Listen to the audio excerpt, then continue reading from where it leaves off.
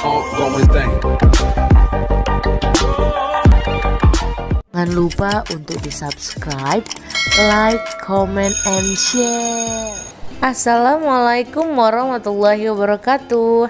Hari ini kita akan mempelajari mengenai faktorial, permutasi, dan kombinasi. Yuk langsung aja kita bahas. Langsung aja lah yang pertama ya. Yang pertama yang akan kita bahas mengenai faktorial. Faktorial ya, yang dilambangkan dengan tanda seru. Faktorial. Mana faktorial itu? Karena nantinya bakalan kita bahas sampai ke permutasi dan kombinasi menggunakan faktorial ini. Nah, misalnya nih ada 4 faktorial ya. Berapakah 4 faktorial itu? Nah, jadi ada faktorial itu ingat aja perkalian mundur. Nah, jadi ini 4, 3, 2, 1 gitu kan mundurnya. Jadi kita kalikan deh perkalian mundur. 4 dikali 3 dikali 2 dikali 1 gitu. Lanjut 5 faktorials. Dari 5 lah dia kan. 5, 4, 3, 2, 1. Lanjut lagi sampai seterusnya gitu ya. Pokoknya dia sampai 1. Nah, jadi itu sampai seterusnya ya. Jadi beginilah cara memfaktorialkan perkalian mundur. Nah, tapi ingat ya, ketika nanti misalnya 1 faktorial itu bernilai 1 dan 0 faktorial juga bernilai 1. Itu harus ingat ya. Kita masuk ke permutasi. Misalnya permutasi, nanti bakalan dibahas juga lah bagaimana perbedaan soal-soalnya gitu ya. Nah, kalau dia permutasi maka memperhatikan urutan.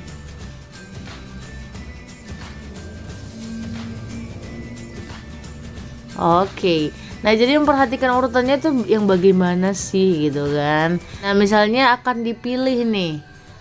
Dari 3 orang calon kandidat akan dipilih ketua kelas, sekretaris, dan bendahara. Nah, kandidatnya ada si ya. Untuk kandidatnya ada si Andi, Budi, dan Chandra. Nah, kalau di sini misalnya C A B, misalnya di sini B C A. Oke. Nah, ketika kita lihat di sini ya, di sini kejadian yang kedua ini yaitu Chandra menjadi ketua kelas. Sedangkan yang pada baris pertama ini Chandra menjadi bendahara gitu.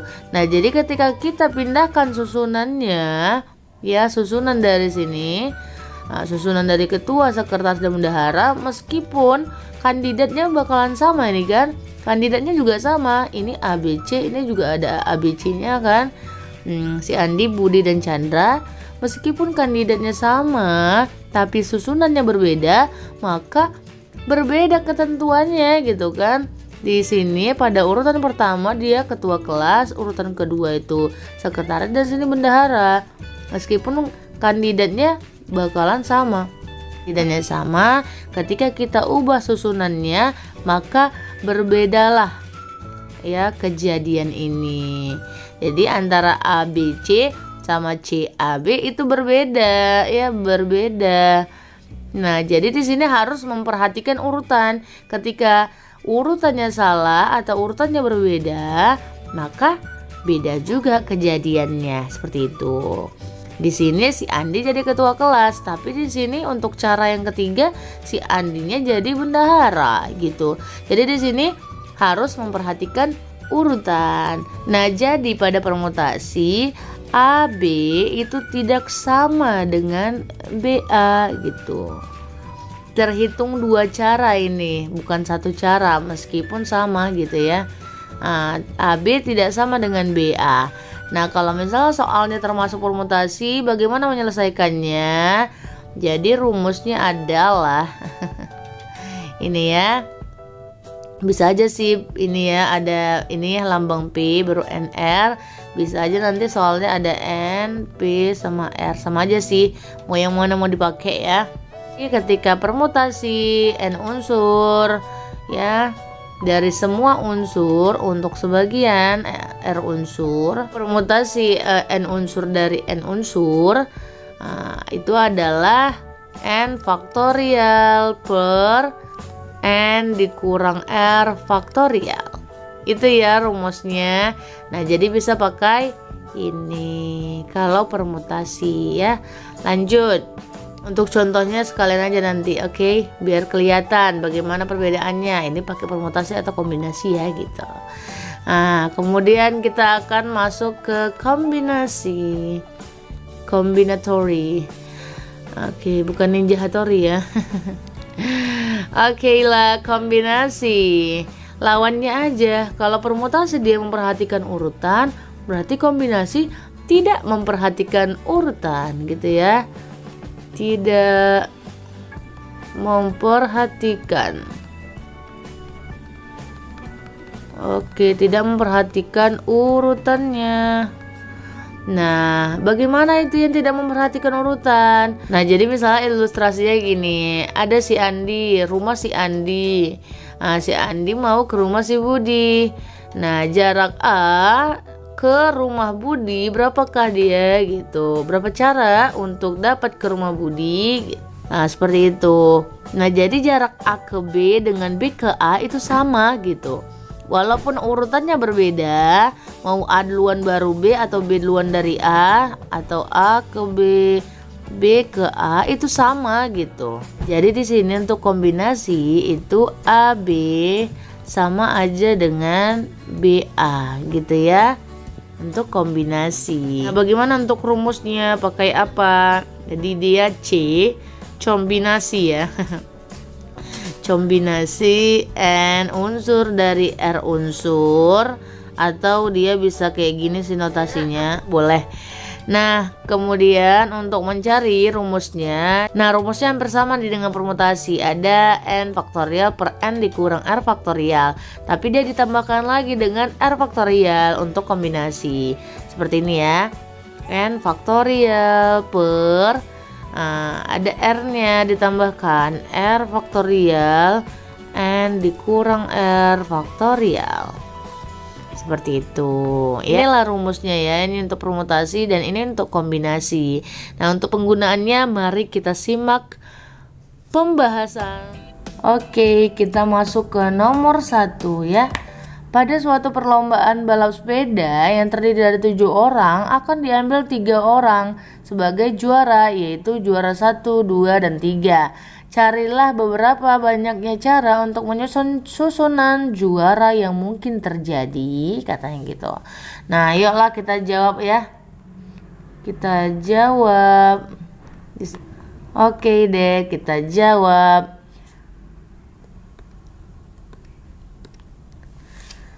Nah, untuk menjawabnya kita harus tahu dulu kan, ini pakai permutasi atau kombinasi. Nah, jadi kita telah dulu yuk.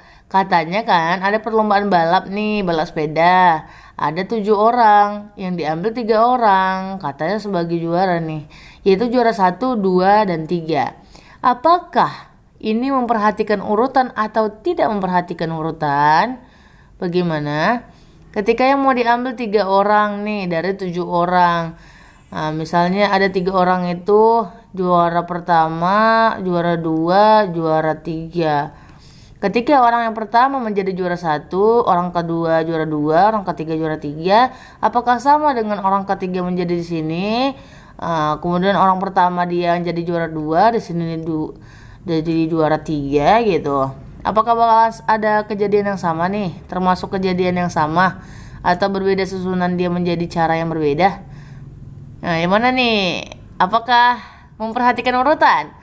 Harus memperhatikan urutan ya kan. Kenapa memperhatikan urutan? Karena di sini posisinya dia harus untuk yang pertama dia harus juara 1, di sini juara 2, dan di sini juara 3. Jadi nggak sama nih, nggak sama antara orang yang pertama menjadi juara 1, orang pertama menjadi juara 2 di susunan yang kedua ini, ya kan? Nah, maka untuk yang susunan yang pertama dengan susunan kedua dihitung 2 cara. Nah, maka ini apa? Nah, jadi pakai apa dong yang memperhatikan urutan? Jadi pakai permutasi. Oke lah, jadi ini permutasi. Oke. Nah, kita tahu nih bahwa dia pakai permutasi. Jadi kita butuh N sama R-nya kan? Nah, N-nya berapa? R-nya berapa? Yuk. N-nya itu jumlah seluruh unsur. Ada berapa semua? 7 orang. Berarti N-nya 7. R-nya berapa? Yang mau diambil 3 orang. Oke. Berarti sebagian dari unsur N ya yang mau diambil. Oke, rumusnya tadi apa? Yaitu N faktorial per N dikurang R faktorial. Ya kan? Yuk masukkan yuk. N-nya berapa? Oke. Nah, sekarang kita mau cari permutasi 7 dari 3-nya. Yuk, berarti ada N-nya 7 faktorial per 7 dikurang 3 faktorial. Oke, berapa tuh? Yuk, langsung yuk. Di bawah ini kita kurangkan aja dulu ya. Berarti 7 faktorial per 4 faktorial. Nah, yuk perkalian mundurnya. 7, 6, 5, 4, 3, 2, 1 gitu ya. Cuma kan di bawah ada 4 faktorial nih. Sampai 4 aja. Biar nggak panjang-panjang buku kalian. Nah, per 4 faktorial. Jadi ini bisa langsung kita coret. 4 faktorial di atas ada, yang di bawah juga ada. Sudah. Berapa tuh hasilnya? Berarti 7 kali 6 kali 5. Berapa? 210. Oke deh. Berarti banyaknya cara untuk menyusun susunan juara yang mungkin terjadi adalah 210 cara gitu ya. Karena yang diambil adalah 7 orang ya kan. Nah, yang terdiri dari 7 orang yang mau diambil 3. Jadi ada susunannya 210 cara. Seperti itu ya. Oke deh, gampang kan? Oke, kita masuk ke soal yang kedua ya. Katanya dalam berapa carakah kata Jakarta dapat dipermutasikan? Nah, ini permutasi untuk susunan huruf gitu ya. Nah, caranya gini permutasinya. Kita jawab. Oke lah. Kalau ini nggak usah pakai rumus juga nggak apa-apa ya. Nah, jadi Jakarta itu terdiri dari berapa huruf? 1, 2, 3, 4, 5, 6, 7. Nah, ini ada 7 huruf.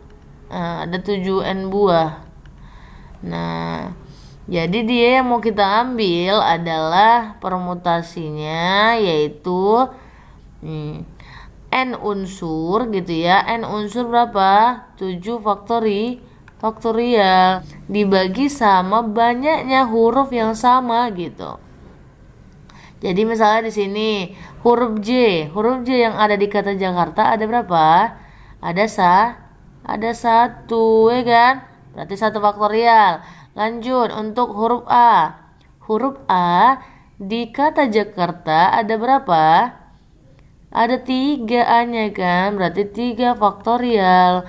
Lanjut K, R, T kan beda-beda tuh. Ada 3 huruf, berarti 1 huruf untuk K, 1 huruf untuk R, dan 1 huruf untuk T. Nah, ini deh. Udah, itu permutasinya.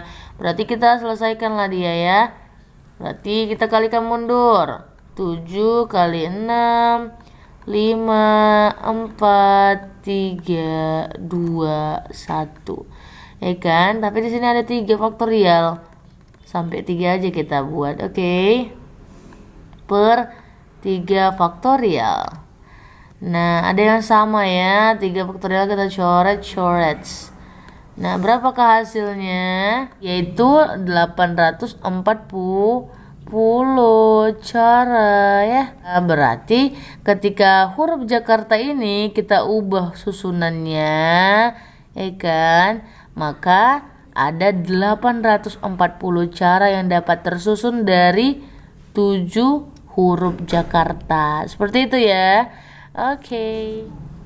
Kita masuk ke soal nomor 3 ya. Dalam sebuah ujian, seorang mahasiswa diwajibkan mengerjakan 5 soal dari 8 soal yang tersedia. Tentukan banyaknya jenis pilihan soal yang mungkin untuk dikerjakan. Dan kemudian tentukan banyaknya jenis pilihan soal yang mungkin dikerjakan jika nomor 6 dan 7 wajib dikerjakan. Nah, bagaimana itu? Yuk kita jawab. Berarti pada soal ini kita harus menentukan dulu kan, soal ini menggunakan permutasi atau kombinasi. Nah, kita lihat di sini bahwa dia mengerjakan sebuah soal nih. Katanya ada 8 soal. Nah, yang wajib dikerjakan adalah 5 soal. Nah, berarti dia memperhatikan urutannya atau enggak memperhatikan? Iya, tidak memperhatikan. Kenapa tidak memperhatikan? Karena ketika dia menyelesaikan suatu soalnya, apakah nomor 1 dulu dia harus wajib kerjakan? Kan enggak. Dia bisa aja mengerjakan nomor 3 dulu, atau mau dikerjainnya nomor 6 atau nomor 9. Enggak ya, enggak mungkin ya. Soalnya ada 8 nih. Nah, jadi bisa aja dia ngerjain nomor 3 tanpa harus 1 dulu gitu. Nah, jadi dia nggak memperhatikan urutan. Ketika tidak memperhatikan urutan, maka dia menggunakan apa nih? Yaitu kombinasi ya. Oke, kita pakai kombinasi. Yuk kita selesaikan yang A duluan. Jenis pilihan soal yang mungkin untuk dikerjakan ketika soalnya 8 yang wajib dikerjakan 5 soal. Berarti N-nya adalah seluruhnya berapa? 8. Kemudian R-nya berapa? Yang wajib dikerjakannya 5, kan? Nah, berarti kombinasi dari 8 sama 5. 8 faktorial per 5 faktorial.